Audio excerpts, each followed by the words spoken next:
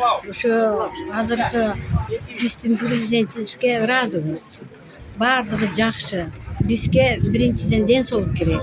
Муну адамдар жакшы жакка метип атыр, жардам берип атыр, пенсияны кошуп атыр, элди жакшы карап атыр. Бизге тынччылык эле керек. Бизде ушу Садыр Жапаров бизге президент болуп келгенге чейин биз канча деген азаптарды көрдүк. Акаевдин убагында биз ушу аксылыктар Кара Жагачтан баштап Ошко чейин 3 көмөтө жөө жүргөнбүз да биз. Мен өзүм айыл башы катары жөө жүрүп Ошко чейин барганбыз. Ушу Кыргызстандын элинин жеринин бүтүндүгү үчүнчү. Акаевдин убагында дагы биз эч кандай кыйраган нерсе болгон эмес бизде. Даже Бишкекке биздин Борбор шаарыбызгачы даже бир этаж үй курулган эмес да. Ушунчалык биз корбогон элек да. Андан кийин башка могой эки президентти көрдүк. Анын баарына катышып келатабыз биз. Менин күйгөнүм ушу Садыр Жапаровдун иштеп атканына тоскоол болгондорго.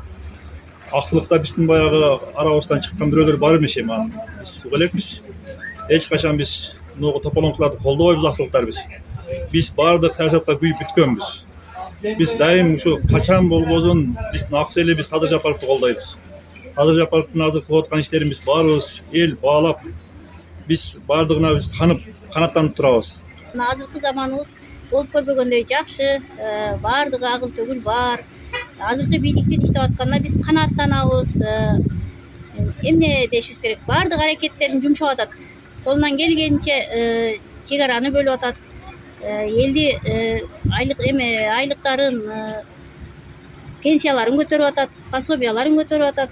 Эми кризис болсо жалпы дүйнө жүзү боюнча болуп атат. А биз туура түшүнүшүбүз керек. Анан жана Азаттыкка окшогон медиалар өзүнөн өзү каралап, булардын аркасынан туура эмес сөздөрдү сүйлөп, билип билбей жарыяларды жасап атканын мен туура эмес эле көрөм, мисалы үчүн.